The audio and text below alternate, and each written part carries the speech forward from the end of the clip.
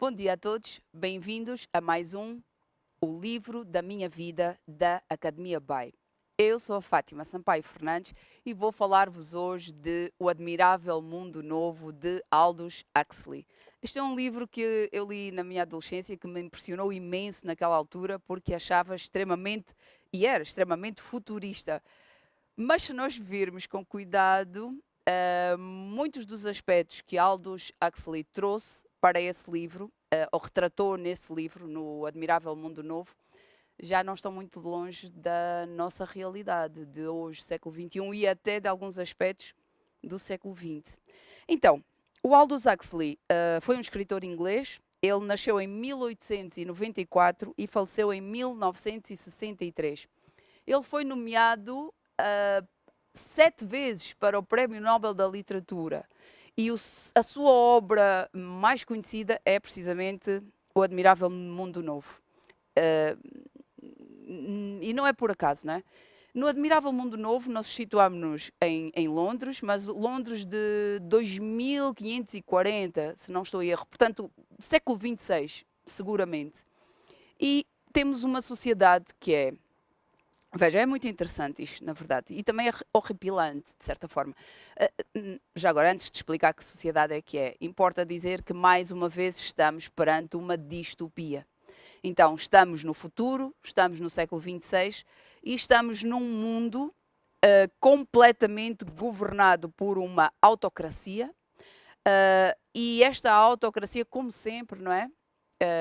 Todas as ditaduras das distopias futuras, e não só, não é? Infelizmente, trazem logo determinadas atitudes comuns, que são, por exemplo, a anulação dos livros, não é? Não se pode ler. Não se pode ler, o vocabulário tem que ficar mais reduzido, porque as palavras servem para pensar. Pensar é perigoso para qualquer regime. Então, aquilo que as pessoas devem pensar é-lhes incutido. Vamos começar já com o princípio para vocês verem de que é que eu estou a falar.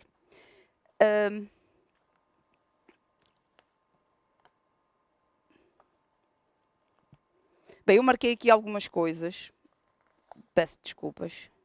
Sim, sim. Logo no capítulo primeiro, no primeiro parágrafo, temos um edifício feio, cinzento e acachapado, de 34 andares apenas. Acima da entrada principal, as palavras Centro de Incubação e Condicionamento de Londres Central. E num escudo, o lema do Estado Mundial: Comunidade, Identidade, Estabilidade. Este parágrafo de 4 linhas, não é? Já nos diz imenso. Vejam bem. Centro de Incubação e Condicionamento. A palavra aqui, condicionamento, é fundamental para percebermos este romance. Ok? Condicionamento. O que é que se condiciona, afinal? Condiciona-se tudo. Condiciona-se já a partir do nascimento. Ninguém nasce de forma normal, exceto nos indígenas, os selvagens, não é?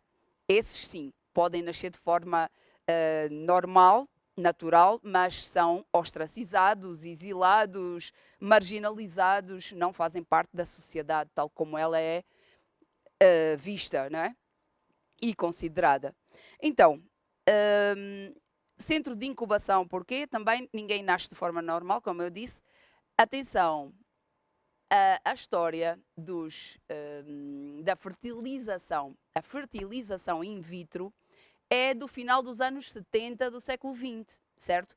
Este livro, Admirável Mundo Novo, foi publicado em 1932, muitas décadas antes da fertilização in vitro. E já aqui neste livro, neste romance de 1932, se fala sobre a manipulação dos espermatozoides e óvulos, e que são, na verdade, são tratados in vitro. E não só, mas não só, depois não são colocados no útero de uma mulher, nada disso. Os úteros são úteros artificiais. E esses úteros artificiais, incubadoras artificiais, fazem com que é aí que as crianças se desenvolvem, não é? Os bebés vão desenvolvendo. Atenção, isto permite um controle. O tal condicionamento que, como eu disse, é basicamente absoluto. O que é que se controla? Controla-se quantas pessoas é que nós precisamos que nasçam.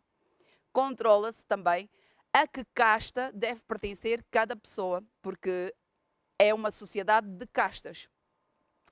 Alfa, beta, delta, Y, que é a mais baixa das castas.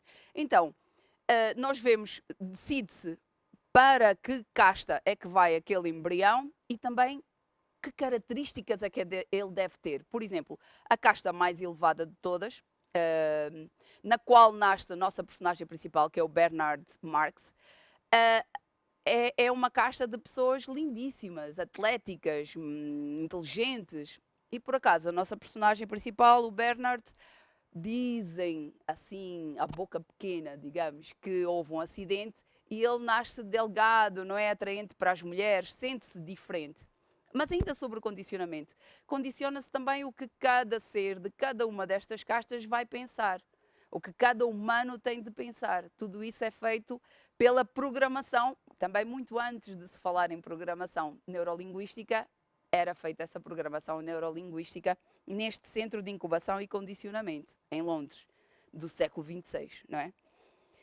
O que é que acontece então à nossa personagem principal? Ele sente-se mal, sente-se deslocado, sente-se não atraente, não está a par das outras pessoas que fazem parte da sua casta, que é a mais elevada de todas, que é a elite, e aceita a determinada altura um convite de uma mulher para irem visitar então as tribos indígenas. E lá conhece Linda, que era uma beta, que engravidou, pecado mortal, não se pode engravidar, não é?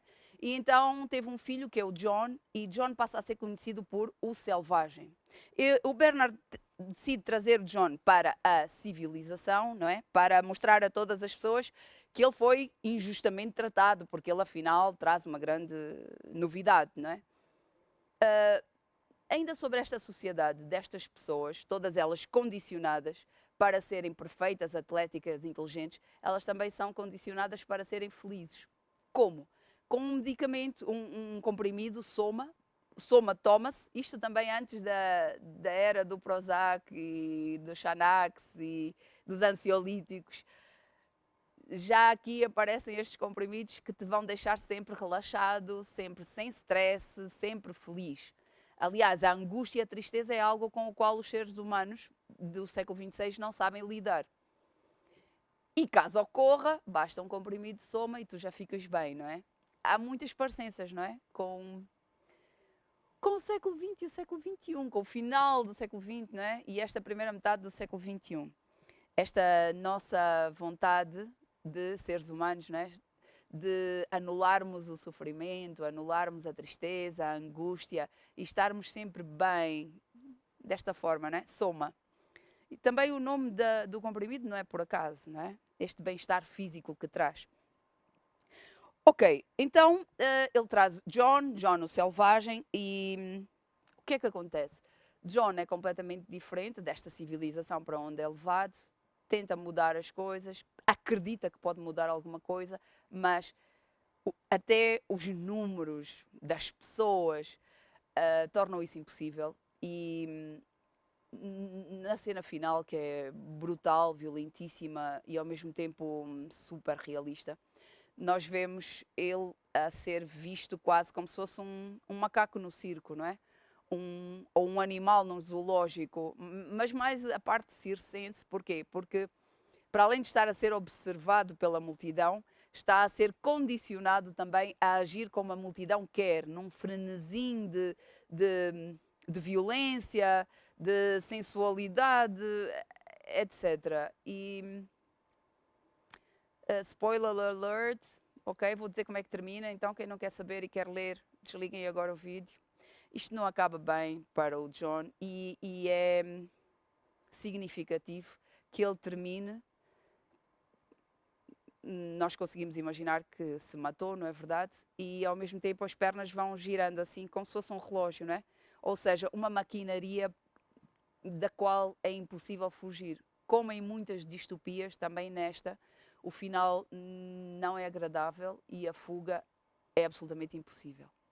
Aconselho a lerem, é um livro importante e vão ver imensos traços do século XXI neste livro, imensos aspectos que já são reais para nós aqui, não é? A clonagem,